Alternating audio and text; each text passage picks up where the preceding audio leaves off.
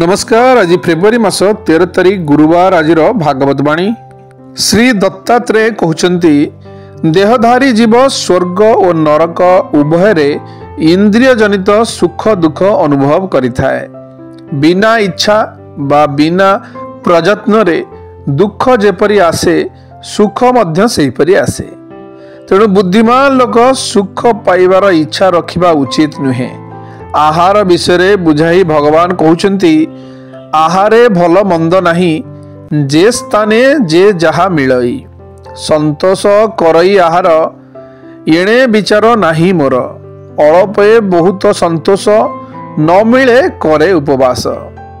जेउठी जेतिकी मिलिला स्वाद अस्वाद अल्प बहुत न कही केवल उदर पोषण निमंते ही आहार ग्रहण करिबा उचित। अजगर जेपरी गोटे स्थान रे पड़ी रही जेतिकी मिलिला सेतिकी खाई दिए सेहीपरि जेतिकी मिलिला सेतिकी रे संतुष्ट हेबा उचित। एठारे आहारर भल मंद अर्थ है स्वाद अस्वाद अल्प बहुत न भाविबा किंतु भक्ष्य अभक्ष्य नुहे। हेले आजिकाली आमे एई मूल्यवान भागवत बाणीर अर्थ को न बुझी भल मंद किछि नहीं जहा ताहा खाइबा पई कुहा जाइछि बोली अभक्ष्य भक्षण करि चालछे। शुभ सकाळ। दिनटी आपणकर मंगलमय हो।